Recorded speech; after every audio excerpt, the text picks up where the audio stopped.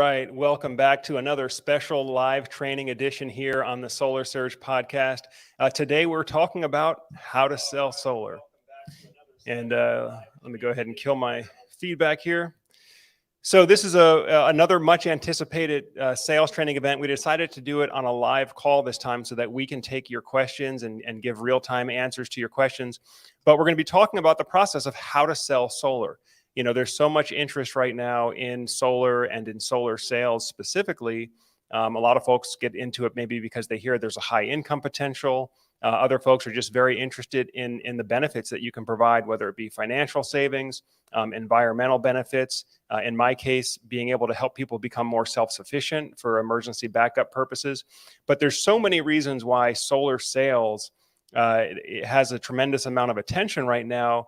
And unfortunately, there's just a lot of folks out there that are selling solar the wrong way, in my opinion. And so that's why Solar Surge is here, is to help those that want to learn how to sell solar as a true solar professional. And so in today's training, and we're going to be teaching the three-step professional sales process, the consultative sales process that we use here at Solar Surge. Is the same process that I use personally on a daily and weekly basis.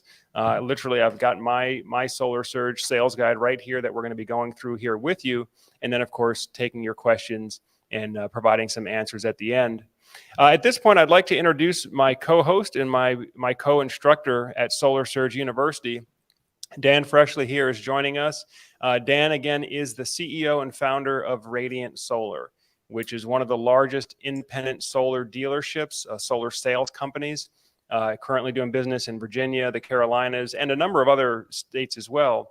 Dan's team includes a door-to-door team, a virtual team. He's done in-home sales. So he's really had a chance to see the solar sales business from just about every angle you could imagine. So Dan, welcome back to the podcast. Really looking forward to giving this training with you here.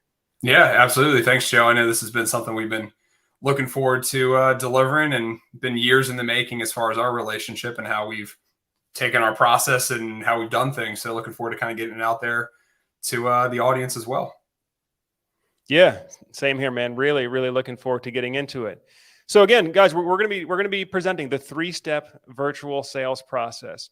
And so those three steps, I'm just going to define. So those three steps are the discovery interview or needs analysis.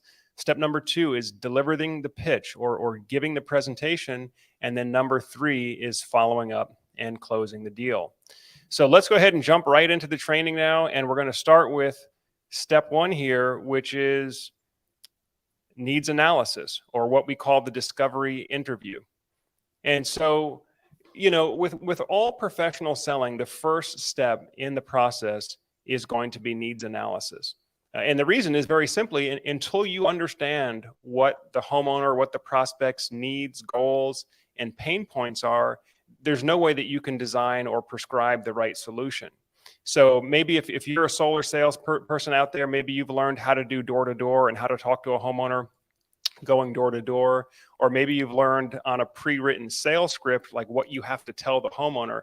I'm going to ask you to just kind of set that aside right now. And what we're going to talk about first is how to interview your prospect to even find out if they're a good candidate to work with you. And if they are, find out really what it is that they're looking to achieve out of the whole solar activity in the first place. So one of the first questions that we ask in the discovery process is, you know, so have you ever looked into solar before? You know, have you looked into how it works? Now, this is intentionally asked as an open-ended question because we're trying to gauge where this particular prospect is on their buying journey. You know, some folks, they could have responded to a direct response marketing. Maybe they saw a Facebook ad and they clicked the ad and then they got booked for an appointment.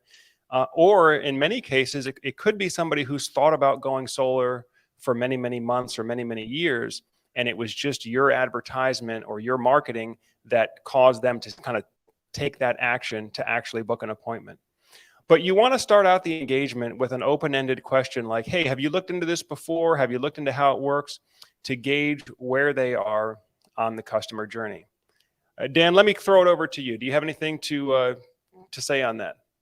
Yeah, I mean, I think the needs analysis part, and this is something that I kind of alluded to briefly when we were talking live yesterday, But the needs analysis part and really just good question asking, I think, is the fundamental basis for all sales. I think I made the comment, I've trained my reps before, and sometimes I've got to remind myself of this when I'm selling, is that the best sales practices often happen in the question asking, right? If you ask the questions, if we try to just shut up and be quiet as a salesperson and not talk too long, but discover what they're looking for, ask the right questions, our client or our buyer will lead us to the answer on what they are going to, what their buying criteria is, or how they're going to, they're going to transact. So I think it's super important that we discover, we do needs analysis, and we go through this process. And I know years ago, Joe, when we were really, worked together previously, this was a huge part of where a vast majority of the conversation, like if you were to look at, say you have an hour meeting with somebody, hopefully a vast majority of this is actually, 30 minutes or so, 20 minutes or so is happening in the needs analysis, question asking, and discovery interview process. So this is a really important part. Can't be overlooked. Sometimes we just want to jump in to start selling too much, and we need to slow down, ask the right questions, because it'll make the selling part of it or the presentation part of it a lot more smooth and seamless once we know what our customer is looking for. Yep, exactly right. Exactly right. And one thing to realize too, folks, is that there's a lot of different reasons why people look into solar. Now, I know that, again, if you came from a door-to-door background or an outbound sales background where you're kind of creating the interest yourself, because of your outbound marketing, then that's one thing. But many of the leads that you'll end up engaging with, especially if you adopt a professional sales process like the one that we teach here, you're going to be fielding inbound leads that they reached out to you for some reason. Either they went to a website, they requested some quotes, or maybe they responded to your ad, or maybe they went to your website or your social media directly because they were referred to you and they want to talk to you about solar. So one of the important things is, just like Dan mentioned, is that you want to know what their motivators are for wanting to look into this, so that you can tailor your design and your presentation to match up with exactly what the buyer is trying to achieve. So on that note, one of the questions that I'll oftentimes ask next is, so what is your main goal with looking at solar power? Is it to reduce your electric bill, or are you looking more for something for emergency backup purposes? Now, when Solar Surge just got relaunched, if you will, as a virtual business in 2021, a couple months into the business, we had this big deep freeze and the whole power grid failure in Texas. And it was national news, and it was also very, very painful and a very sort of fresh in the mind trauma event for a lot of Texans. And so there was actually a time when the majority of solar leads that we were engaging with, solar prospects, were people that wanted solar because they were not confident in the stability of the electric grid. And so a lot of times that came out very early in the conversation, where they wanted to share with me their story of what it was like to be without power, and if they lost the heat, and maybe they had to try to evacuate their family and go to a friend's house or try to go to a hotel. And so you want to ask those questions to figure out what the motivators are. And once you determined what those motivators are, I actually advocate to keep them in that mind space. So if they mention that, well, they lost power during the last hurricane and they had, they were at risk of losing the food in their refrigerator, then you might ask them some more questions that would, let them tell more of that story, let them get more of that out. Like, for example, tell me about your water situation. Are you hooked up to city water, or did your water service work? Were you able to flush the toilets, or did you have to improvise somehow? Keep them thinking about that. Keep them, reliving and feeling that experience of what created that need and that desire to go solar in the first place. And Dan, I'll kick it back over to you. Yeah, I mean, I think right there was a pain point that a lot of Texans experienced in that exact moment. There's obviously pain points that a variety of different customers in different areas experience. Sometimes it's the cost of electricity if you're a homeowner in Southern California or somewhere in California. Maybe it's, Southern Florida or the East Coast or different various parts of Southwestern Florida, wherever, where hurricanes could be more likely. So there's the likelihood of storms, and they might bring up a story about one time the kids were just going crazy because the power were out. They were scared, and we wanted a way to, entertain them and make it more comfortable. So I think that process right there of asking that question in figuring out what their motivations are and what really, sparked their interest, and then allowing them to kind of elaborate on that. Again, that is the customer oftentimes helping you know how to help them, right? They're going to tell you what they're looking for. I think one of the things I oftentimes will phrase to people too, Joe, just for what it's worth, is when I'm asking that question, sometimes I'll ask the question, hey, as you've looked into solar, a lot of people are considering one of three different things when they're looking at solar. Now, maybe if I know a little bit about this customer, if I've had a little bit of previous context, I can position these three in a different order. So think about that. You can always interchangeably change these three, but I'll ask like, hey, are you looking at this for backup power needs, right? And maybe I'm trying to resonate with, hey, there's a chance that you've lost power and that's really prevalent to you. Number two, maybe are you looking at this for economic reasons, like you're looking to save money, you're tired of spending money on the electricity company? Or maybe number three, you're looking at this for environmental reasons. Which of those three is it? Or hey, Mr. or Mrs. Homeowner, maybe it's all of them, but let's unpack that. So sometimes that's what I'll do, and I'll rank those three in different orders based on what I think they might be looking for. Because in your mind, you're always going to, as I present them, you're always thinking, as the customer's thinking, I'm ranking those in order of priority. So I try not to assume what their priority is. A lot of times I know for Joe, for you and I, we sell a lot on emergency preparedness, making sure that, hey, you are self-sufficient, you're prepared, you're empowered in the event of an emergency, a disaster, a grid outage. So battery oftentimes ranks at the top of that conversation, followed by economics and environmental. But those are just a couple of the three that I oftentimes will throw out there as well. Yep. And again, I think that's why it's so important to ask these questions up front. Here are some other questions that we might ask during our discovery. This is for somebody who has looked into solar before. We would then ask them, well, Mr. Homeowner, Mr. Prospect, what made you look into it originally? Now, what you're going to find is that for some prospects, they've actually been thinking about going solar for many, many years.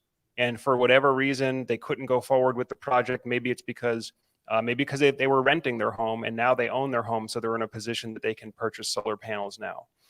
Maybe they were, somebody that got into solar like way back in the 70s, 80s, 90s. I've talked to folks like this, and now they're finally moving into their retirement home. They finally have enough savings put together that they're going to buy the home of their dreams, that this vision that they've had in their head for many, many years. And so you can be the person that helps them to achieve that goal. But you've got to ask those questions and then keep asking questions to kind of keep them in that mind space, whether it's, well, I've dreamed about this since I was in college, or hey, I was down without power for a week, but whatever it is, keep them talking about it. Let them tell their full story about why solar is important to them. Now, as you're doing that, I think you're going to find that the discovery conversation is going to go down one of two paths, or at least that's what I find in a lot of my engagements, is that the discovery interview will go down one of two paths. It's either the emergency preparedness, emergency backup path, or it's the financial savings or environmental benefits path. So as I mentioned earlier, let's say somebody who expressed that their pain point is not having backup power or not wanting to be without power, then you might ask them questions like, well, Mr. Prospect, how often do you lose power in your neighborhood? Okay, and when was the last time that you were down? How long were you down? And so again, you want to keep them remembering why this is important to them, keep them feeling the emotional pain of that position, so that, again, it's going to be building that need and that desire on their side, but it's also going to be giving you the keys to closing the deal, because they're going to be telling you exactly the experience. In the case of backup power, they're going to be telling you exactly the experience they want to avoid in the future, right? Or in the case of bill savings, and we'll talk about that in a moment, they'll tell you about what their experience, what their pain point is dealing with the power company. Dan, I'll give it back over to you.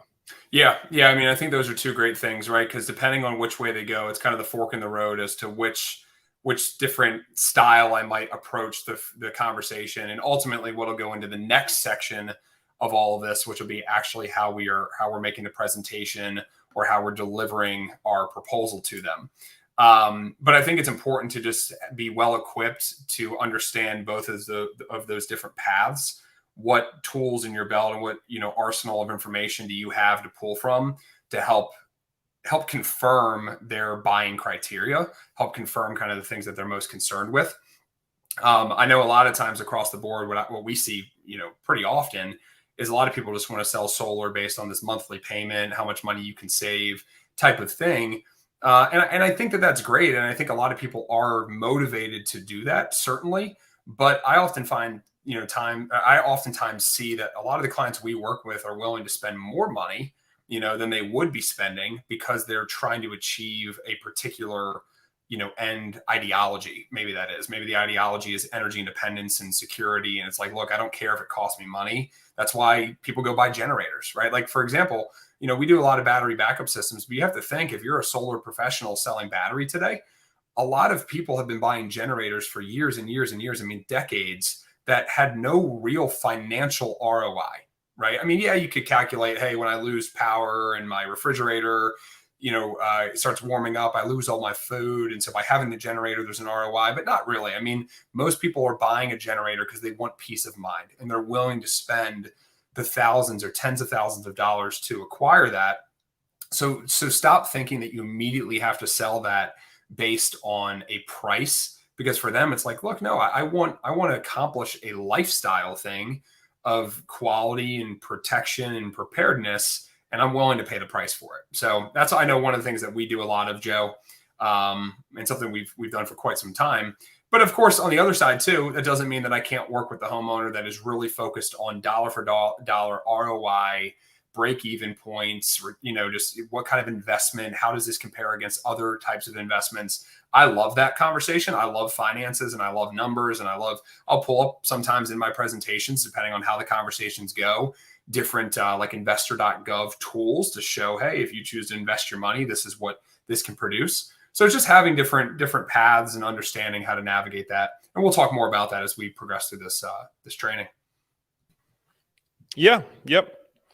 And, I think another key point here to take away is that, it really is the person who's asking the questions that's going to control the tempo of the conversation. And so you as a solar professional, you as a sales professional, it really is your job to ask the right questions during this initial discovery meeting. You're not really trying to sell them on anything, right? You're not trying to push them on any particular solution. You're not trying to sell them on any particular installer or any brand of solar panel. At this point, you're just trying to set the context for the next conversation where you're actually going to have a solution to deliver. But this initial engagement is all about understanding the homeowner's position, pain points, hot buttons, and of course, firm technical requirements. Now, another question that I like to ask is this question of, have you ever met with anybody else regarding solar in the past? Especially now in the age of online sales and online reviews and YouTube, a lot of solar prospects have at some point done some bit of solar research, and they maybe even solicited a quote. Maybe they haven't met with a company, maybe they just got a quote online. Or in many cases, prospects that you're talking to may have already in hand 2 or 3 other quotes from other companies. And so I find it's very helpful right up front in the discovery interview to ask them if they have ever met with a solar company before. And if so, what prevented them from going forward? Now, this question has 2 benefits. One, you can kind of tell where you are in terms of competition. Maybe you want to adjust your pricing a little bit based on the competition. But the other issue here is, if they do have quotes from other competitors, but they haven't gone with those competitors yet, you want to get the prospect to tell you why they haven't gone with your competitor, right? Because typically you're going to hear something like this: well, the sales guy didn't really seem like he knew what he was talking about. Or, well, they were just really kind of pushing me to sign up. I didn't really understand what it was. I just didn't feel comfortable with it. But you're going to hear all sorts of reasons why your prospect doesn't want to go with your competition. Remember that, note that down. Don't trash your competition. Don't take this as an opportunity to, throw mud at your competition. Just politely note those things down. Keep the prospect talking about what he doesn't like about your competitor, and then go on with the rest of your discovery process. Dan, anything to say on that? Yeah, no, I think that's a big part there. Is oftentimes, and I've teach this and train on this a lot, is if they're talking to you, despite the fact that, I've won deals in the past where I've had homeowners come to me and say, yeah, I've got 10 other quotes, right? Well, there's a reason why they keep looking. There's a reason why they're talking to you. And so probably a lot of times what I find is that in the world of how we want to teach professional selling, they didn't know if they could trust the person, they didn't know if they could trust the company, they didn't know if they could trust the product. It's going to come down to one of those three reasons, right? Maybe the product was a good fit, but they didn't like the company. They liked the salesperson, but they just didn't like the company. Or maybe they liked the first two, but didn't like the salesperson. So you as a professional, with the way that we go about our business and the way that we teach and the way that we train others to do this, is like, hey, look, they're working with you or they're engaging with you because there's a legitimate opportunity for you to be able to work with them, because they're not happy with the other options that have been presented to them. And sometimes, like you just said there, Joe, it's a good question just to ask, hey, you've gotten a bunch of other quotes. Why haven't you moved forward with these other companies? Right. And just allow them to talk, right? We stop talking, let them answer, ask them a good question. And then they're going to drop little hints and seeds of things that you can come back to, or maybe just go into that conversation right then and there, depending on it. I think another key part, though, that you just said there, again, professional selling, is you're not trashing the competitor. There's a proper way. And maybe this actually, Joe, would be a good training to do for any audience later, about how you dig into your competitors and help provide a proper consultative approach to your customer about, hey, I want you to go solar. You're going to hear one of the things we talk about here is the worst decision most of the homeowners we work with can make is the decision not to go solar. That is the worst decision. So now I'll tell people that sometimes, just, hey, look, I am absolutely passionate about you moving forward with going solar at your home. Obviously, I would love to earn your business and I want to be the one that does the project. But if it's not me, allow me to at least help you make a good decision. I've had years of experience, and maybe you can't say that today, whoever is watching this, but people, or you've got a company you're working with, or other people you can lean on, you can borrow experience from, and just let them know, hey, I've got years of experience. Let me help you make the right decision. And there's some just public resources you can use to dig in and figure out, okay, who is this other company? And you can do it in a professional manner, not I'm throwing mud and dirt at this other company and trying to discredit them, because customers see through that too, right? If that's how you approach that, they're also going to have little seeds of like, this person's kind of shady, or they don't seem like they're being as professional as I would like. And they probably won't work with you if you handle things that way as well. So anyway, that might be just a good training topic for another day. Yep. Yeah, we can definitely jump into that. And Dan, I agree with you 100%. I mean, as a solar sales professional, we are above all of that mudslinging and all that stuff. Frankly, we don't have to trash our competition. It's going to come through in our presentation that we are the most thoroughly prepared sales professional in this engagement, in this sales conversation. And that's what we teach you in Solar Surge University. I mean, I wish we had time to get through all of this stuff in today's live training, but we'll actually put this up. This is our 3-step virtual sales process. There should be a link in the description below if you want to just download the PDF. You can grab a copy of this. But these are the same interview questions that I use when I'm talking to homeowners here, and the same process that we use. So again, if we don't get to all of it in the live training, the link is down there in the description below. But here are just a few more while we're still on it here, talking about the discovery interview and questions to ask.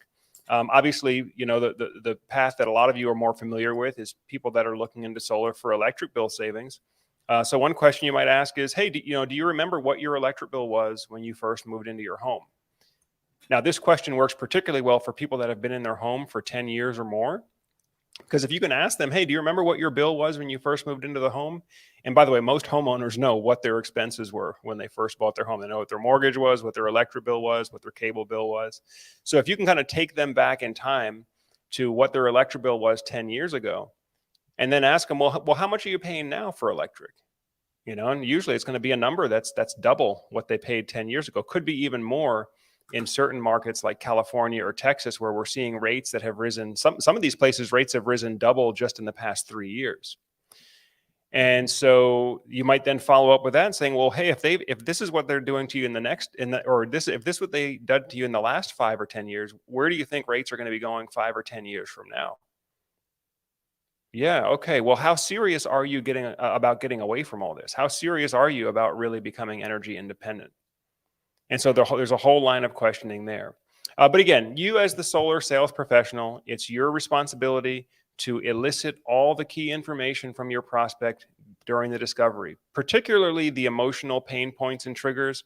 but also what their specific motivators are, as well as what the specific requirements are. So you do have to get that electric bill as well during the discovery interview process. Again, we'll have this full document up for you as a free download if you want to take a look at the Solar Surge sales interview process. We actually have all 3 steps broken out for you here, but I don't have time to go through all the questions on today's training. Dan, I'll kick it back over to you. Is there anything else that you would like to add on the discovery interview process? No, I mean, I think that's the main stuff. Again, we have a tendency as salespeople to talk too much. Let's be quiet. Let's listen. Let's ask good questions. Let's, when you catch something that maybe comes out with a little bit of passion from your customer, build on that a little bit more, ask questions. Again, look, you're not doing these things to be manipulative or anything. You're being a professional. You're discovering. We've made analogies before about if you're a doctor and if someone walks into your office and says, "Hey, I've got a problem," the doctor is going to ask questions. Well, hey, and Joe, you've mentioned this, right? Rotator cuff problems. Like, okay, well, hey, what's your range of motion? What happens if you do this? What happens if you do that? They're going to ask questions. And they're going to try to further identify where is the pain that you're experiencing. Same thing for us here. We're going to try to identify that, but it's important we do this in this first step before we even progress to reviewing the system and presenting a solution. Yep, absolutely right. Absolutely right.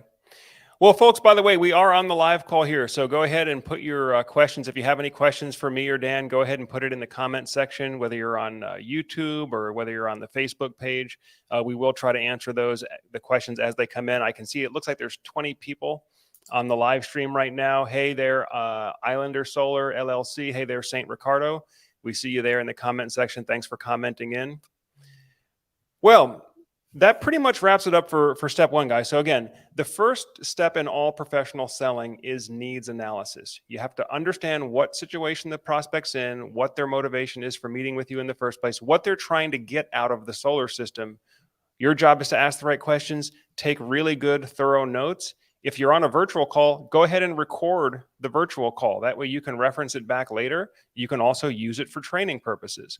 By the way, if you guys do sign up, one of the things that we're going to be including in Solar Surge University is a handful of live Zoom call recordings of myself and other Solar Surge team members working with live prospects, with live homeowners. So if you want to see how we apply all these concepts, how we apply all these skills that we're teaching on real live calls, that's part of what you'll have access to on the Solar Surge University training course. But with that, let's go ahead and move into section 2. So now when we talk about section 2, we are talking about delivering the pitch. What we call here, we call it the system review.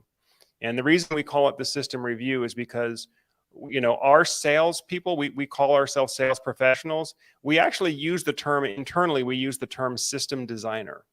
Because after you've done your discovery interview, after you've gathered all the information from your homeowner, what they're looking for, then it's actually on you to design the system to match that, making sure that you're picking the right solar panels, picking the right inverters, the right quantity of solar panels. And we'll talk more about that as we go through the training here. But basically, you're designing a solution for that homeowner, and then you're going to be reviewing that design with them. And that's why we call it the system review. So the basic steps of the system review are, number 1 is what we call kill the bill. And kill the bill is basically showing them what their situation is currently with the power company and actually extrapolating that out over 20 or 25 years, showing them the trajectory that they're on if they just keep paying their power bill, if electric rates keep going up, if inflation just keeps going up, what that actual investment, shouldn't really call it investment, it's just really lost cash. It's sunk cost of just sticking with the power company. So you want to show that first to frame the rest of the conversation. Dan, I know you have a great way of presenting kill the bill, so I'm going to throw it back over to you on this one. Yeah, absolutely. I mean, I think the first part here too is, although what we talked about during this discovery process is you want to determine exactly what the homeowner is, what their motivations are. And again, sometimes it's not as much economics, but the reality of solar too is that there is a significant economic benefit. So I'm always at least commenting on this. Hey, Mr. Homeowner, Mrs. Homeowner, this is your current situation, right? You might not be aware of this, or you might know this, but hey, there's data nationally that shows energy costs have increased historically by 4% per year.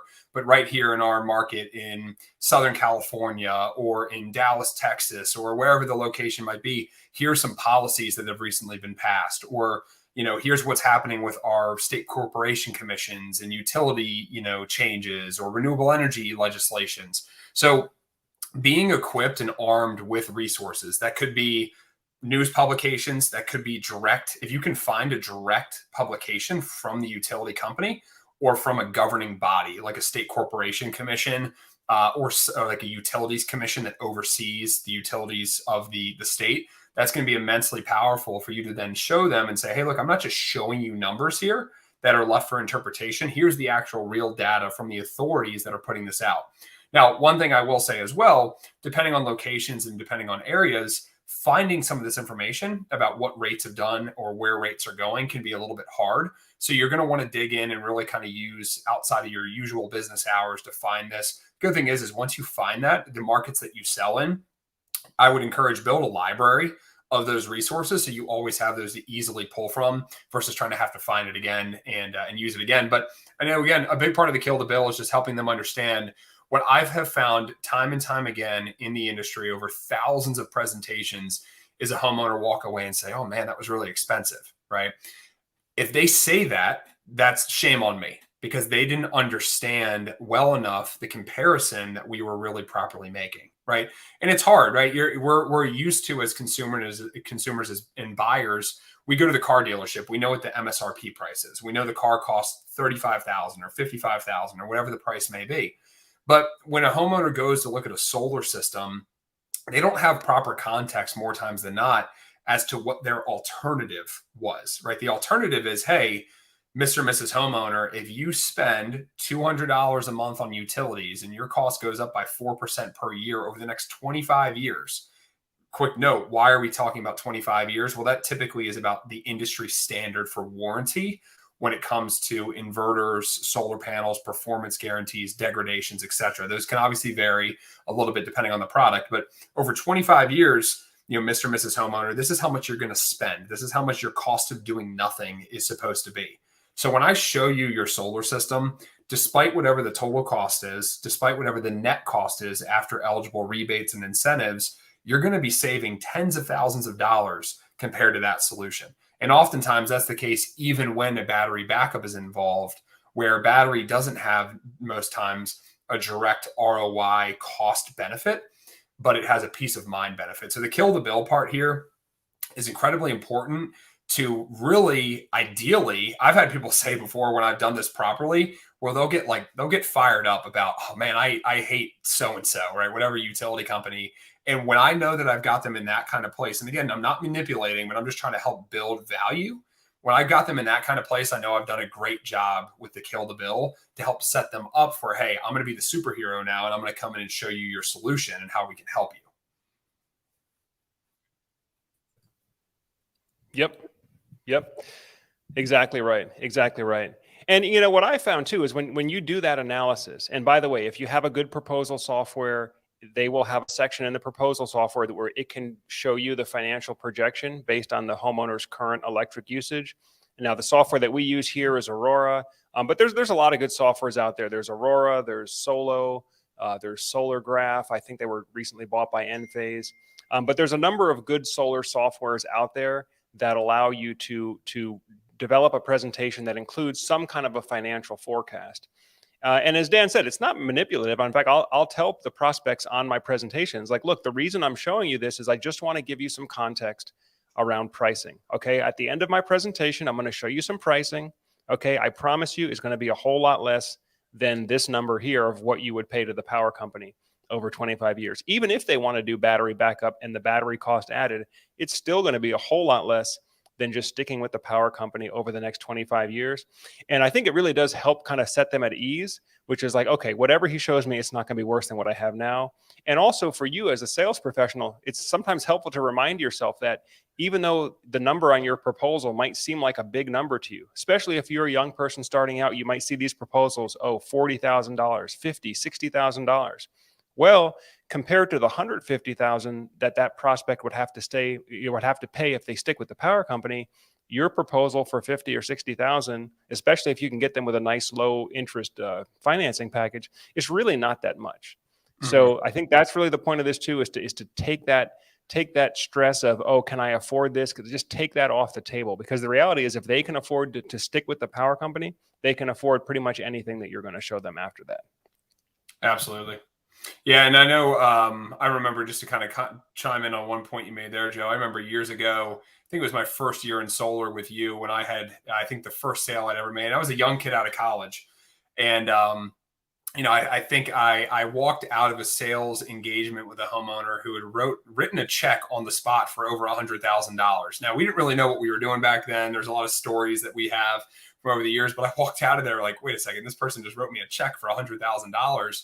But it was because, as I look back and I look at it now, even not knowing a whole lot then, I did a great job of the kill the bill. And again, solar, as you'll find as you get into this career more and more, or if you're already a professional today, you know that the cost of a solar system is directly proportional to how much money they're already spending on electricity today.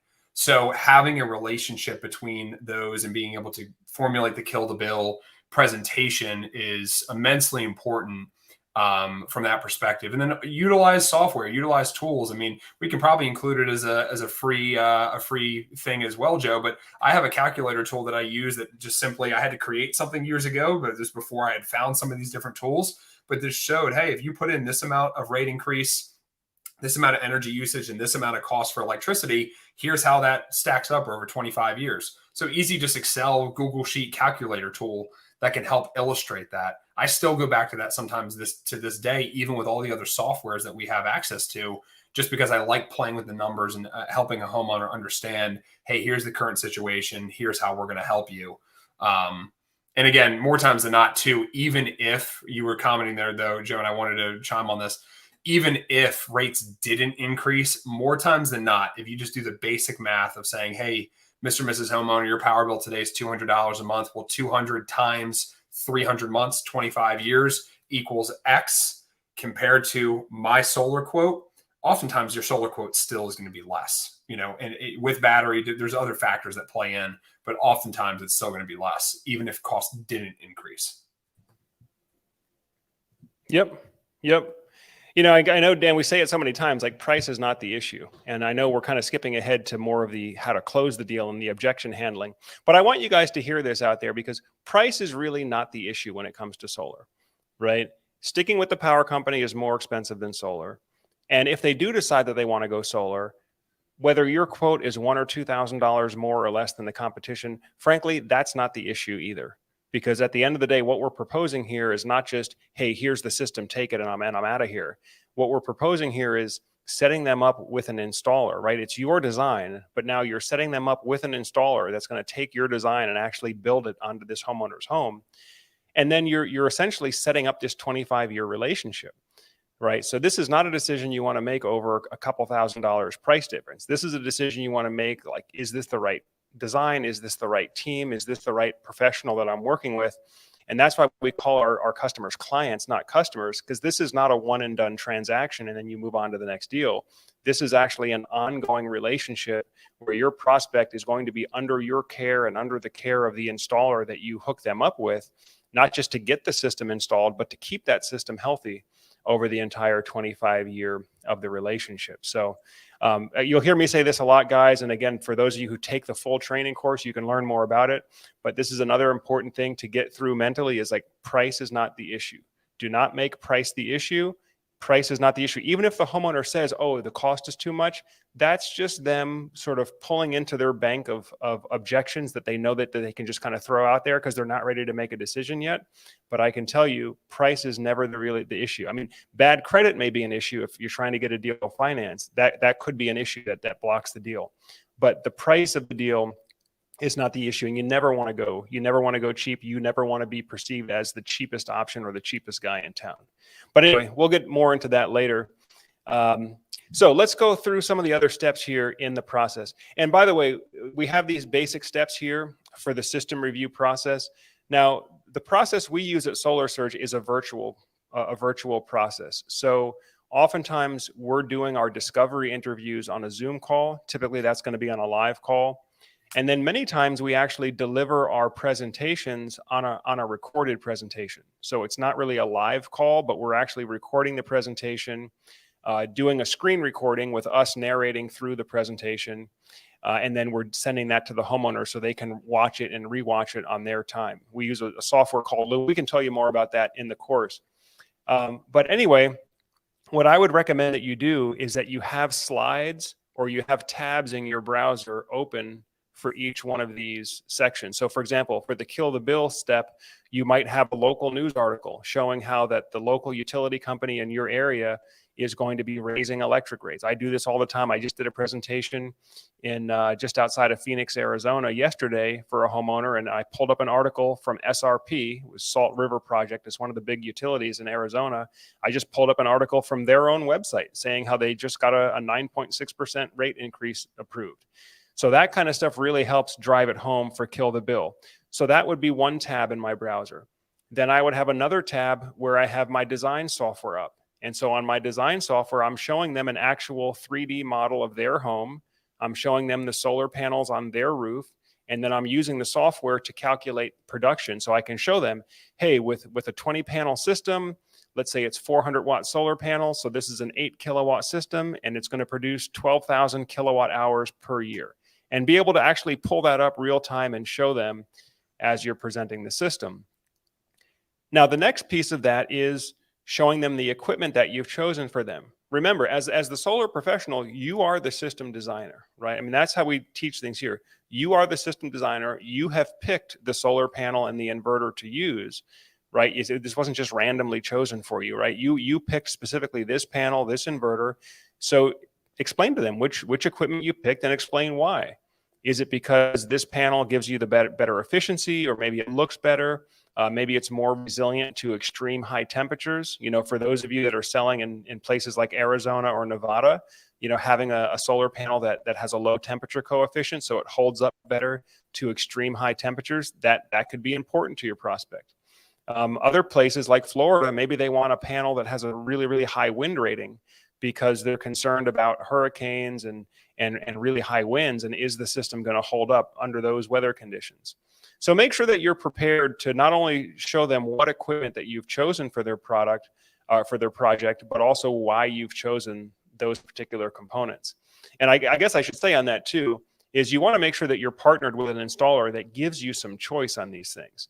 You know, if you have an installer that just says, hey, look, this is the one solar panel we have, just sell this to everybody, or hey, this is the one battery we have, just sell this to everybody, that's really not where you want to be as a professional. I mean, maybe if you're on the doors and you're drumming up your own leads and these people don't really know much about solar, then that's fine. You're just kind of selling them solar as a concept. But if you're a solar professional and you're designing a system specifically for your homeowner's needs, you're going to want to make sure that you're working with an installer that gives you the flexibility. Am I going to choose Solar Edge or Enphase? Am I going to choose a Q-cell panel or an REC panel? You know, just to give you a few examples. Dan, what do you think on that?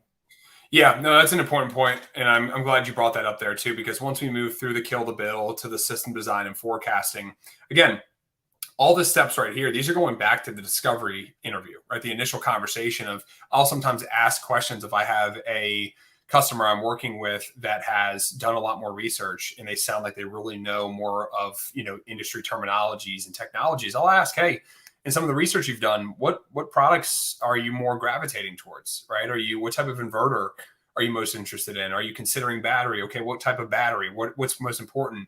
So again, they're going to help already equip me for what I'm then going to present in this step here. But I think that's what you just mentioned there too, is an important point of having options. Look, again, there's nothing wrong and how I run my business day to day with my team at Radiant. You know, we have local installers that we work with that offer great product options, right? And we've had one installer relationship for quite a long time. But even then, I still personally like to make sure that I have a plethora of options to turn to if I ever needed to have a different panel or a different inverter or a different battery, just being able to really do right by the customer and provide them with the right, you know, the right service and the right product that they're looking for. So making sure you choose that equipment. And again, too, one of the things you commented on, I just wanted to chime in is, you know, we have different methodologies. Some people, if you're using a proposal, maybe from like Solo, it'll be a one page that'll show the kill the bill information, the system design and forecasting, equipment, etc. Right? Maybe you're jumping through multiple tabs, sort of like we do currently in our solar surge process.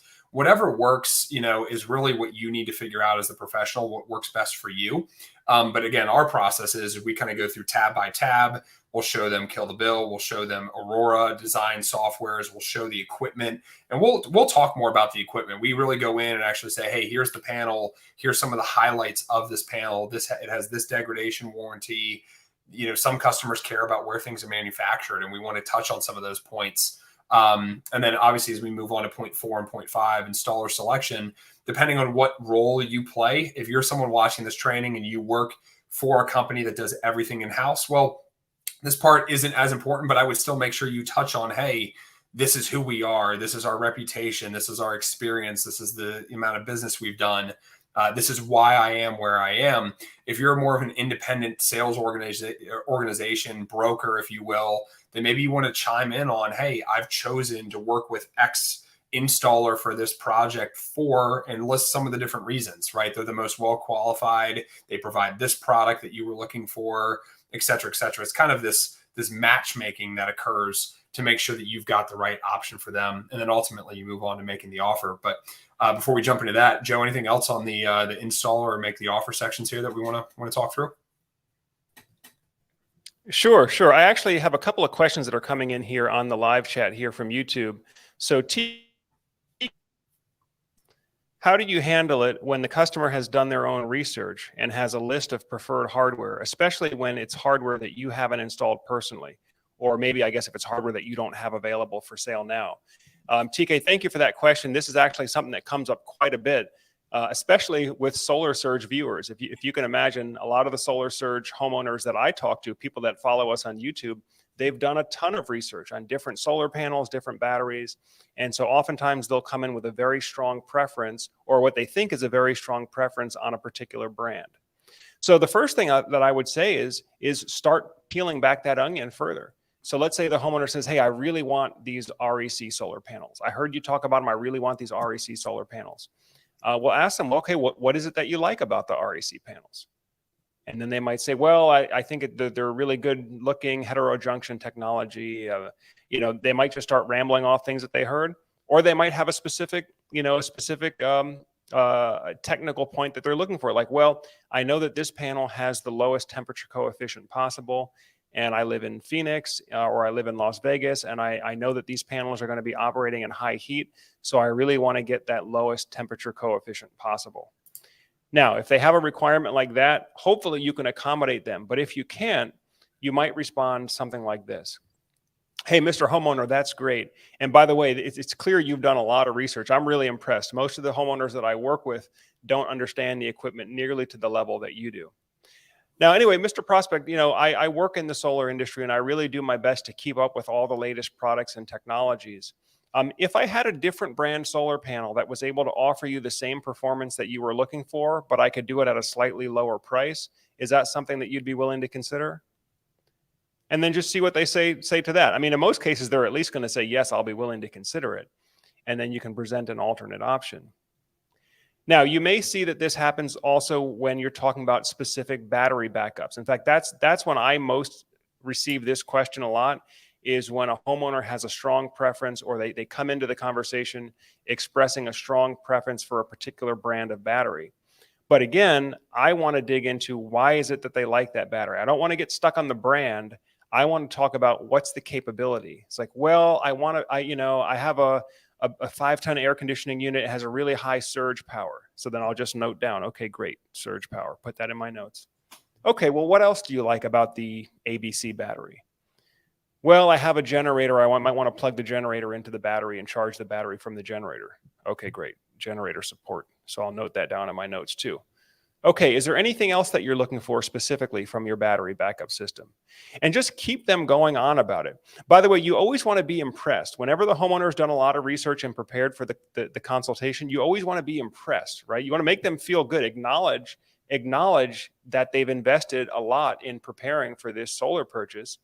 Right? Doesn't mean that you're always going to agree with everything they suggest, but definitely be impressed, be respectful, but then keep asking them about what is it specifically that they're looking to get out of this particular brand. And then when you come back with your presentation, match whatever equipment you're presenting to the functions and the features and the capabilities that they express. Don't worry about the brand. Worry about what they think that brand is going to deliver for them, if that makes sense. Dan, do you have anything on that? Yeah, I think a good example. Actually, I had a call with a gentleman. It was a discovery call that I had earlier today, and I'm kind of following probably after this live training. I'm probably going to go through this exact process we're teaching and deliver a proposal and presentation to this gentleman. And he came in very well equipped. He already knew what inverters he wanted. He knew what panels he wanted. He knew what his main criterias were. He's looking at this from an ROI perspective. He's more financially focused. It's not as much about battery backup. It's not as much about environmental, but he's tired of what's going on with the utility company. Frankly, he already did a little bit of the kill the bill for me. So I know where to kind of go with this gentleman. And one of the things I just mentioned to him is he wanted an REC panel. He mentioned REC, and REC's got phenomenal panels. One of the top rated panels in the industry. And I know a lot of the videos we have on the channel, it's one of the number one panels we recommend. However, if there is a drawback to REC, it is going to be premium price. So in that conversation, knowing that he was focusing on ROI and a lot of financial related stuff, I just simply said, hey, you've done a lot of great homework on this. It sounds like you really know your stuff. If I had, are you dead set on the REC panel, or are you open to options? Are you open to some suggestions? Hey, by the way, Mr. Homeowner, the reason I'm asking is simply because you've already told me ROI is your main factor. With that being said, I might have a couple other solutions for you that could be potentially a better ROI for you, right? And I helped him understand and explain that, hey, despite the fact that maybe degradations will be a little bit worse on other panels, or maybe the temperature coefficient isn't quite as high, what you will get is you're going to get price reduction. And in that price reduction, in fact, you probably could actually get a little bit larger system with panel, option B, versus the REC, which could help yield you what you're actually looking for in terms of ROI at a greater rate, rate of return. So again, sometimes it's just a matter of having conversations, like you said, suggesting, hey, are you open to other options, right? The reason I'm saying is I'm an expert. I understand, a multitude of different factors of what makes solar a good investment, what products are great. And yes, this is a phenomenal product, but I might have a slightly better solution if you're open to hearing that. And so obviously in this case, the way it was positioned, I think the way that I asked the question was in such a way that, of course, his answer was going to be yes. Let me see what else you've got. And that, as a sales professional, now allows me to kind of bring in another option that maybe really truly could be the better solution for him. Or maybe it's the option that I've actually really got available to me, and I didn't have the other option, but I'm now suggesting, hey, I do have a solution. How about this one? Would this possibly be a good one? And now I get him a little bit off of the thing he was fixated on and more on what the real objective was, which he had already shared with me earlier in the discovery and interview process. Yep. Yeah. Another time when I see this question come up a lot is, when again, homeowner is really, really set on a particular solar panel they believe is going to be the best solar panel. I may not have that panel available in every market. So a lot of times I'll come back with a question of my own. I say, well, Mr. Prospect, let me ask you here. If we had to choose between getting you the best dollar for dollar payback or just getting the highest output solar panel available, regardless of the price, which one would you say is most important for you? And almost every time the homeowner says, well, I want to get the best payback. And so oftentimes getting the best payback on a dollar for dollar percentage return basis does not mean getting the so-called best solar panel, because the best solar panel, you could be paying 20% higher price for the panels, even though you're only getting 2 or 3% more energy yield. So I think it is important to kind of frame that for the prospect. What are we really going for here? Are we going for quote unquote best panel, or are we going for best performance of the solar investment? Which I think actually leads us into another question that just came in here from Home Solar Simplified, who asks, isn't it all about offering long-term value on their investment? Dan, do you want to jump on that one? Yeah. And it's a great question. And obviously it could be, right, for some homeowners, if their primary focus is all about ROI, payback value, and long-term investment, then yeah, it certainly could be. And if I identified that in the earlier discovery interview process, then how I provide a product and my recommendation is also going to be based upon what I had already identified. But for some people, what I found over the years is as the conversation gets going and as they start talking, sometimes customers and clients want to sound a little more intelligent, and they'll start throwing out other terminologies about investments and payback value and other types of factors when that wasn't initially what they really wanted. They just started kind of almost as a way of introducing another possible objection. They're kind of throwing something else in there. So again, that's why I point back to saying, hey, great question. Right. I want to get you a product that has a great overall ROI and a great investment. But let's go back to what you had already told me previously about what you were looking for. You were looking at this because you wanted something that was, a lower cost solution than what you're currently spending on the utility. You wanted a battery backup system, whatever the reasons may be. So I always try to point back to where they had first told me. And then I'll also ask the question sometimes of being, hey, did I misunderstand that? Or are you more so actually focused on ROI and then trying to provide a product based on that? Hopefully that addresses the question that Home Solar Simplified had asked here. That's great. That's great. Well, Dan, I think we better move on with the presentation here because we still have a lot to cover about following up and closing the sale. So as you work through your virtual sales presentation, or even if it's an in-person sales presentation, let's say you're working through slides on your presentation, or maybe you have them in tabs on your browser. After you show them what equipment you've chosen for them and why, the next thing is to present who the installer is that you represent and why. Now, I found it's very convenient and very profitable, frankly, to explain to them why you've chosen to work with this installer, especially if you're an independent solar dealer where maybe you work with multiple installers. You want to explain to them why you chose this particular one to work with, both why you chose as a representative to work with this installer and why you've selected this installer for their particular project. So many times that may include, just some of the basic things like time in business, online review rating, the financial strength of the company. This one is huge, by the way, the financial strength of the company and the bankability of the company. There are so many solar businesses here right now that have been in business for less than 5 years. They may promise you the world, but statistically, half those companies are going out of business in the next 5 years. And that's not what you want when you're talking about a system with a 25-year warranty. You don't want to just be getting them the best, so-called best price or lowest price today. What you really want is making sure that you're setting them up with the best partnership for today, but also for the next 25 years. So talking about the financial strength of the company is especially important. And also explaining to them why you as a sales representative have chosen to work with this particular installer. You don't have to work with any particular installer. There's plenty of solar companies out there, but why did you choose to work with and partner with this company, and how long have you been working with them? I find that all that makes really good sense. I think, Joe, real quick, just to jump in on that, and I don't mean to cut you off here, but I think that that part there, the installer selection, but also talking about why you chose that installer, goes back to what the brief live training or live conversation we had yesterday. We touched on that concept, or the discussion about the self concept, right? Your own self-worth, the value that you bring. So I think that's a very, understated thing, but you want to make sure that a homeowner knows, like, hey, look, Mr. and Mrs. Homeowner, like, I have value and I have worth as well. And the reason why I chose to lay my roots or work with this company is because of X, Y, Z, right? Yes, part of this is, hey, making sure that the homeowner is well taken care of for years and years and years to come. But that also goes to you as a sales professional, because trust me, what oftentimes happens is you're the one who built the relationship. They purchased from you. In their mind, they made the investment with you, the individual, right? And then you represented maybe the company that you're selling for, or the company that you install, that you're installing with. But at the end of the day, I can promise you, questions and long-term things are still going to come back to you in some sort of capacity. So I think you want to make sure that you really articulate that well. Like, hey, I chose to work here and work with this entity or this company because of a certain, set of reasons, and really delivering value. I'm very big, I know you are too, Joe, on just value selling. It's not about price.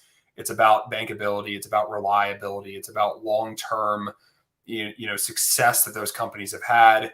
And far too often, I know I've seen it in many, many different states and have experienced it, where companies go out of business for a variety of different reasons, but then who hurts in the end is the customer.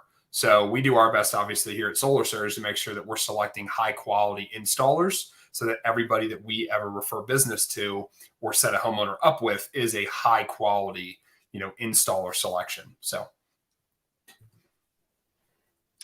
Yeah, and I've also found that it's helpful to me in some cases if I know that I'm in a competitive selling situation and I know that I'm not going to be the lowest price option. I actually find it helpful to just go ahead and preempt that right up front. I say, Mr. Homeowner, if you're looking for the cheapest price solar, I'm sorry, but I'm not going to be able to help you with that. If you're looking for the cheapest price company, I can tell you who my competitors are that are offering super cheap pricing, but that's not what I'm going to be able to help you with. My goal in this is to be the best long-term partner over the entire 25 years of the relationship, and to make sure that I get you partnered up with an installer that's not only going to deliver an excellent job for you today, but is going to provide reliable, bankable service for you for the entire 25 years of the relationship. And that's why part of the selection process and part of what we do in vetting our installers is not just look at the online reviews, because there are ways you can buy those, and we can talk about that in a different training, but it's really looking at the financial strength of the company, because a lot of times that's not what the homeowner can see. That's not what you have public visibility into. But we want to know, like, is that installer making a profit? And if they are, for how long have they been making a profit? And how much cash is in their warranty reserve, so that if some issue comes up in the future, they don't have to rob money from one project to go repair another project. They actually have the cash set aside in a restricted warranty reserve for those issues that are inevitably going to come up. You do enough systems, there's going to be repairs needed at some point. So these are the things that you want to make sure you communicate with your homeowner. And oftentimes, homeowners will just go ahead and accept that. We can kind of get over this whole price dance and actually get to, is this the best solution? And are you the best company? Are you the best solar professional to work with for this homeowner? And then finally, the last step is to actually make the offer. Now, here at Solar Surge, we use a simple one-page proposal template. And when I say proposal, it's really the last page of our presentation, where we show them, this is the equipment we're choosing: panels, inverters, racking, batteries. Here's the installation, and here's the price. Here's the price. Here's your tax credit, if that applies. Here's your net cost. And then if we're financing, here's your monthly payment. Now, in my experience, it's very, for me, it works very well to just have all of that on one single sheet of paper. Don't keep your homeowner dancing around, guessing around where the actual number is. Just show them, look, here's what you're going to get. Here's the price, here's your tax credit, here's your monthly payment, and then go quickly call to action to the next logical next step. So, hey, Mr. Homeowner, if this looks good to you, then the next step here is, let's go ahead and get you pre-approved for financing, and then I can send over our best offer for financing for you. Or if this looks good to you, then the next step is to just get you to approve the work order. Or if we need to make any adjustments, we can do a follow-up meeting. But if everything looks good, just let me know, and I can send over the paperwork to get started right away. Now, you always want to call to action your prospect to the next logical step. And especially if you're delivering your presentation on a recorded screen recording like we do here at Solar Surge, then what I tell folks is just assume the sale. You're going to be able to deliver your pitch exactly how you want it to sound. There's not going to be anybody to object to you as you're delivering the message. So just deliver the message exactly how you want it to sound. Assume that the answer is going to be yes, and let your prospect know what the next step is, which usually is going to be either send over the work order so I can approve it, DocuSign it, or send over the application for financing so we can get the financing approved and actually get them loan documents, so that that the deal is one click away. Dan, I'll pass it to you. Yeah, absolutely. Now, I think what it is worth, just maybe for the audience that has a slightly different, again, I think one of the great things that we have here at Solar Surge and the customer and clientele bases that we work with are highly educated online shoppers. And oftentimes we're not having to navigate situations of, credit failures or situations of that sort, debt to income factors, because those do play into credit qualifications. One thing some people can consider doing, and I know that I've done it differently in years past, or depending on where my lead sources are coming from, sometimes it has a little bit different of a different process. Sometimes there's a credit qualification that happens earlier in the process, because what you don't want to do is you don't want to make a whole presentation or deliver pricing to someone if you don't know that they qualify for that solution or for that option. So for those of you that maybe you're doing more door-to-door, or maybe doing more in-home, or you're more limited on the options that you have as far as install partners and stuff, that would be kind of a separate thing that we might be able to help you with here at Solar Surge. But maybe it would be wise to consider doing a pre-qualification. Most of the credit qualifications for the lenders that are most common in the industry are going to be a soft credit inquiry. It's not going to negatively impact the homeowner, but at least at that point, hey, here's sort of a range of where we're at pricing wise, but I need to pre-qualify you to know for sure exactly what option I can share with you. That's not something where it's designed to be a bait and switch and you show them this and you go to something else. But it's a lot better if you can just immediately tell them, hey, great, we have you qualified. Here's what you're ready for. Again, that's going to go back. I'm going to point back to the initial discovery interview for you to figure out some of those things earlier on, because then you'll know whether you should take that step initially. But again, Joe, as you were just mentioning, our process 9 times out of 10 here is we're working through that process, presenting the proposal and presenting the price. And as we do that, we're assuming, because why wouldn't they? This is a phenomenal value. If we've done our process properly, they're going to understand that and see that, hey, why wouldn't I want to go solar? It's better than the power company, right? And so let's move forward with that. Let's get started. And Dan, thanks for letting me know. Here's the steps I need to take. Great. Let's go ahead. Yeah, exactly. And again, it goes back to that idea, whatever you're proposing, remember, it's way better than what they're currently dealing with, sticking with the power company. So I say always confidently ask for the sale, assume the answer is going to be yes, let them know what the next steps are. Let's encourage them to move to the next step. Because, at the end of the day, if they want what you're proposing, if they want this end state, as Dan said, going back to what they expressed during the discovery, if you're helping them get to that end state that they've already told you that they want, and you're the person that's going to best help them get there, then signing the contract, doing the financing application, those are just insignificant little administrative requirements that actually gets us to the end goal. With the end goal is getting them the system that they want, getting them the solar that they want, the savings that they want, the emergency backup, the self-sufficiency that they want. That's what you want to keep the attention focused on. And so if that's the case, okay, great. Then the next step is go ahead and sign this so that we can get your site survey scheduled, right? Or we can do whatever. Let's get your project, let's get the permitting application started so we can get the ball rolling for you. Absolutely. I think the other important thing too, just to acknowledge real fast, is that a lot of people, when they say they don't like salespeople, it's because a lot of salespeople have been pushing products at somebody or pushing something towards someone in a way that that person didn't want it. They weren't interested. They weren't actually a buyer. There's that Jordan Belfort line about sell me this pen. And the whole analogy is the first question was like, do you want a pen or do you need a pen? So a lot of times it's doing the discovery makes you become a valuable sales professional where you're not just here trying to sell something to them that they don't actually want so that you can make money. There's a proper exchange of value that's happening. You're lending your time, your expertise in the product that you have access to. You're going to facilitate it. You're going to help them install it. You're going to see them all the way through. And what they're exchanging is their financial resources, their money. They're paying for it by a loan payment. They're paying for it with cash, whatever that might be. And there's a reciprocal value there. Now, the best part about solar and why I love this industry is because, frankly, the value that we are providing when we give a homeowner the opportunity to go solar is significantly more beneficial to them than it is to us, the salesperson, in terms of commissions and dollars that we can make, the company in terms of the revenue or the profit that they can earn. The homeowner truly, truly in the end is the one who wins the most. And that's what I absolutely love about this industry. Yep. Again, going back to that point, anything that we propose is going to be better than sticking with the power company. Real quick, we did have a question that came in here from Afrocraft about how to sell solar to low-income homeowners who are sensitive to large, even monthly payments and are suspicious of solar salespeople. I live in DC where SRECs are very valuable but poorly understood.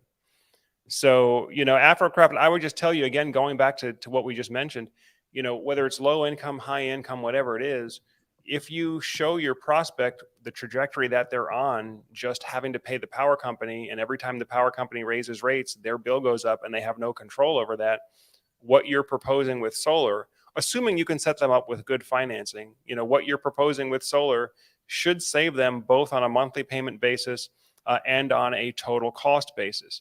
Now, with very low income prospects, you do have to be careful about the tax credit. Because if you're showing them financial projections, assuming that they're going to get the full 30% solar tax credit in year one, that may not be the case. If their taxable income, I mean, if their income's not taxable at all, or if their income is not taxable enough that they can claim the full tax credit to use it to apply to lower the monthly payment on their financing, then just make sure that you're being honest and upfront about that. But from what I know about the Washington, D.C. solar market is that the SREC credit values are so high that what they get in the SRECs is even more than what they would save on a monthly payment from having applied the tax credit to buy down their solar loan. But also make sure that the installer that you're working with is aware of these things. So for example, make sure that the installer you're working with has a plan for getting those homeowners the SRECs, because some installers will just kind of ignore it and leave it up to the homeowner on their own to do that. If that's the case, you may want to consider, working with a different installer, or you as the sales professional may want to actually get an account set up with SREC Trade. That's the service that we use when we were working in that area, srectrade.com. Or you can actually help your homeowner register their system and sign up for an account there so that they can receive the monetary benefit for those SREC credits. But either way, whether it's low income, medium income, high income, going solar, if it's at a fair price and with good financing terms, going solar is a much better proposition, short term and long term, when compared to sticking with the power company. Yeah, I think the big thing there too, just to chime in on that a little further, more times than not, what I have actually seen is that to a low income individual, as long as you can be truthful, honest, right? You check all those boxes. That's already assumed in my mind that is the kind of person you're going to be when you're presenting this information to them. Those individuals, frankly, are oftentimes the ones that stand to benefit the greatest from the investment in solar. And the reason why I say that is because for some people, if you're higher income, saving $20 a month, $50 a month, $100 a month, whatever it might be, for a higher income person is fairly inconsequential in the longer picture. But for the lower income person, every dollar saved can be very, very important and very impactful in their monthly budgets. So I love working with low income in that respect, but it has to be done in a very truthful, transparent, and honest manner. And the tax credit probably is the area that oftentimes I have seen gets missed the most, or just kind of like swept under the rug of, oh yeah, your monthly payment's going to be this. And by the way, this assumes you take the tax credit and put it back towards the system, right? We kind of, some salespeople will bypass that. So just make sure you're addressing that with them properly. Make sure that they understand that. Now, you don't have to try to be, the dentist who didn't go to dentistry school. Tell them, hey, look, if you have questions about this, you need to reach out to a CPA or an accountant or somebody who can look at your particular tax situation. But I would also encourage you as a solar professional, understand what tax liability is, understand some of the basics so that you can at least have a human to human conversation with them about it and explain some of the basics. But just look into that a little bit, and there's probably some other resources, and we can provide additional training on some of that stuff as well. Great. Well, last thing coming up here, guys, is this. Obviously, the idea, again, that going solar with you or with anyone is going to be better than sticking with the power company. But the last step into this whole three-step sales process, of course, is following up and closing the deal. Now here at Solar Surge and in most professional selling situations, you're not going to really get that like one-sit close where you give your presentation and you get them to sign up right then and there. From time to time, you will get the prospect who's actually ready to go. And a lot of times you'll know that from your discovery. If they say, hey, look, I'm looking to make a decision by the end of the week. I've already got 2 other quotes. I just want to see what you have to offer. And in many of those cases, you can actually go ahead and just get the commitment at the time of your presentation. But for most Solar Surge deals, I know our average is about 14 days lag between when we actually deliver our first proposal, our first presentation, and when we actually get the deal signed and can actually initiate that project. So the follow-up process is very, very important. We actually have a whole sequence that we build out in our CRM that sends them automated emails. And because we're also very, very big on social media, we use just kind of a weekly email update on all of our new social media content to make sure that any of our prospects stay in touch with us.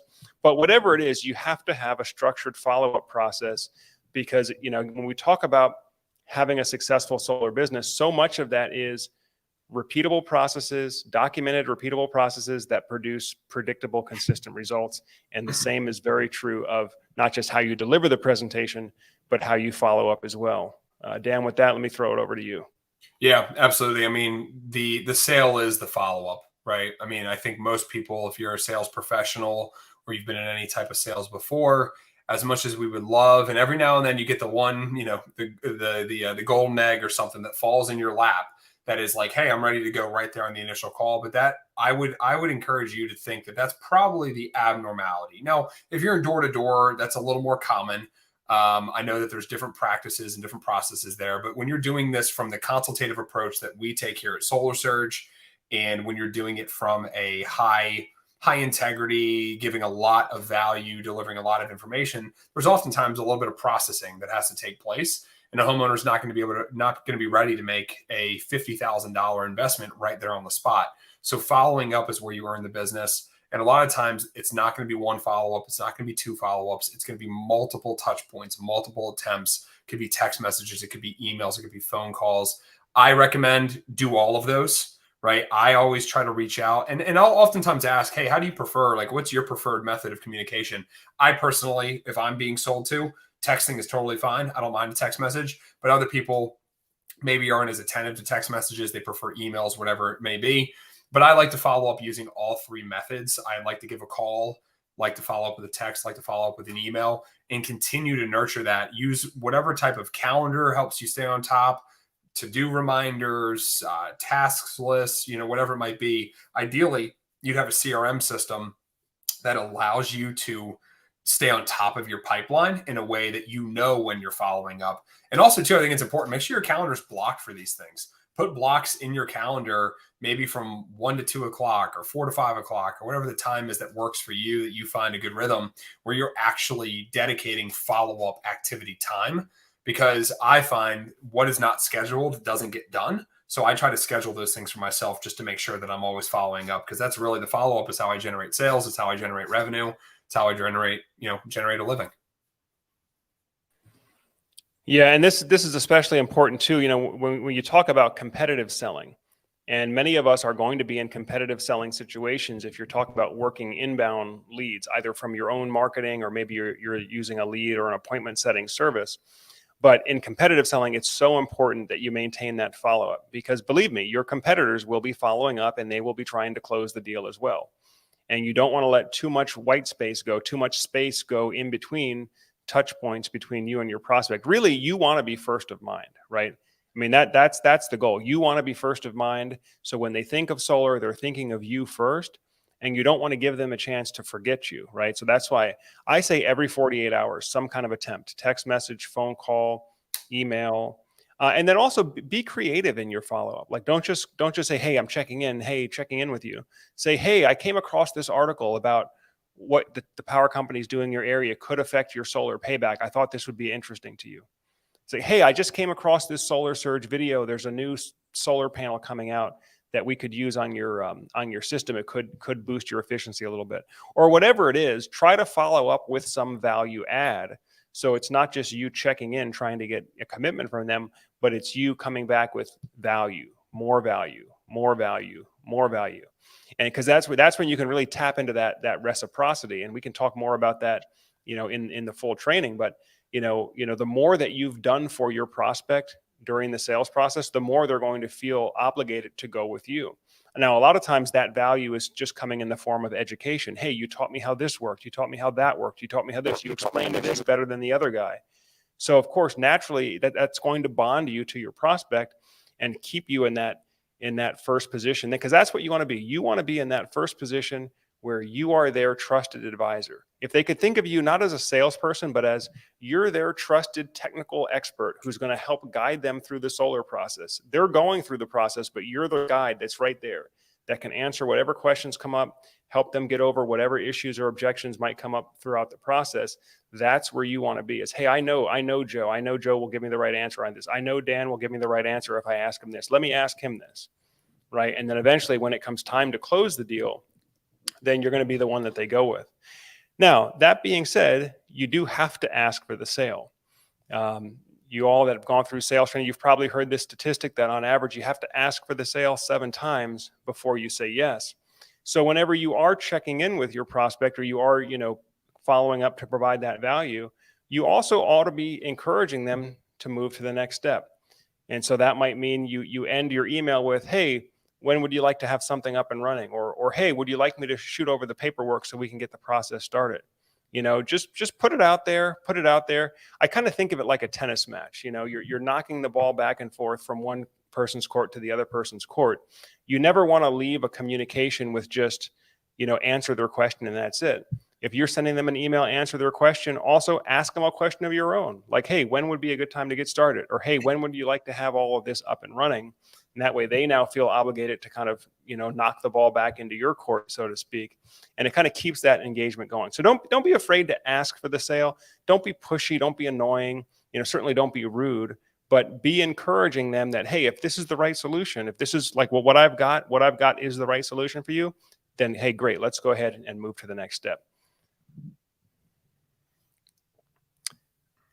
Well, Dan, I'll give it to you if you want to close it out here. I know we're a little bit over time. We had originally budgeted for the course, but did you have any thoughts, Dan, on follow-up, closing? What else should the audience know here? Yeah, no, I think those are great. And I think there's other things too when it comes to your follow-ups that you can use that are just more natural, right? For example, I know that for myself, I've always found pretty good success at the end of a month. Reason being is because most people understand, they've got their own careers, maybe they've got their own goals, or maybe they're in sales themselves and they've got quotas or things. And so just using something that's like, hey, we're coming down to the end of the month. I've got some personal goals. And sometimes I like using that line to help them realize like, hey, I am a person, right? We are individuals. Of course, I've got goals. This is my career. This is things I'm trying to accomplish. I've got some personal goals I'm trying to hit here at the end of the month. What do we need to get the ball rolling? Let's get the project started. I'm going to send over paperwork, right? Oftentimes, I think if you've done a great enough job through the process, you've built relationship, you've added value, tremendous value, they're going to want to reciprocate that. Like you said, the law of reciprocity, they're going to want to help you in some way as well. And sometimes you just got to ask the question, right? Hey, what can we do to get started? I'd love to earn your business. Let's get going. Can I send over the paperwork? So anyway, that's really our entire process that we go through. And there's nuances. There's a lot of there's sections of this that we could unpack, way, way, way deep. And we'll save those for the course itself. There's a ton of content. I think we've got over 55 different videos that we've recorded at this point. Live calls that are going to be included, as it was alluded to already. So if you're interested in signing up for that or getting involved or even getting the freebie that we have here today, which is this entire process diagram. Again, we've got a link to that in the description. So go ahead, click on that, download the information, go through here. We've got a ton of the questions that we ask in the discovery process on that virtual sales process diagram that we have. And then really coming up next, as you just kind of put here on the screen, Joe, is the actual live launch event on July 10th for the Solar Surge University course. So Joe, I'll let you kind of cover a little more information on that, but super excited about that coming up here after the 4th of July holiday. Yep, I know this has been long anticipated, and we can finally share the official launch date with you guys. It is going to be July 10th. It'll be on another live stream call like the one that we're on today. So you guys will sort of get first access as we present what the final lesson plan and curriculum is. But as well, if you're on this now, go ahead and grab the free download. I mean, this is the Solar Surge 3-step virtual sales process. It's what I use. It works. It's what we've been teaching about in today's training. So you can grab that now as a free download. It comes, I think it's like a 4-page PDF document. You can grab that right now, start putting some of these techniques into practice, start using some of the interview questions. I think if one section to focus on it's that first step, that discovery interview, which is actually going to set the stage for the entire rest of the system design and then the proposal that you give. So anyway, for those of you that keep up with us, the Solar Surge University live launch event will be July 10th at 6 p.m. It'll be another full-length live YouTube and Facebook presentation. And of course, we'll have some more announcements that come out leading up to the event here. I also would just like to thank everybody who took the time to write in with their questions. We really appreciate that, and please continue to send more of them in. In fact, if you have specific feedback for what you'd like to see us include in the final version of the Solar Surge University when it does launch, please go ahead and fill out the short survey here. It's just 2 questions, right? What are the top 2 items that you feel were missing from your solar sales training? Or what are the top 2 items that you want to make sure that we cover? It's just a short survey. It allows us to hear feedback from you and actually build in some of those lessons. If it is something we haven't already prepared, we can get those lessons built and put into the program when everything officially goes live. Well, folks, I think that pretty much wraps it up for today's live stream event. Looks like we're almost coming up on an hour and a half here. Again, thank you for tuning in. We appreciate your comments. The 3-step process is on the download link below. And we look forward to seeing you on the next Solar Surge live sales training event.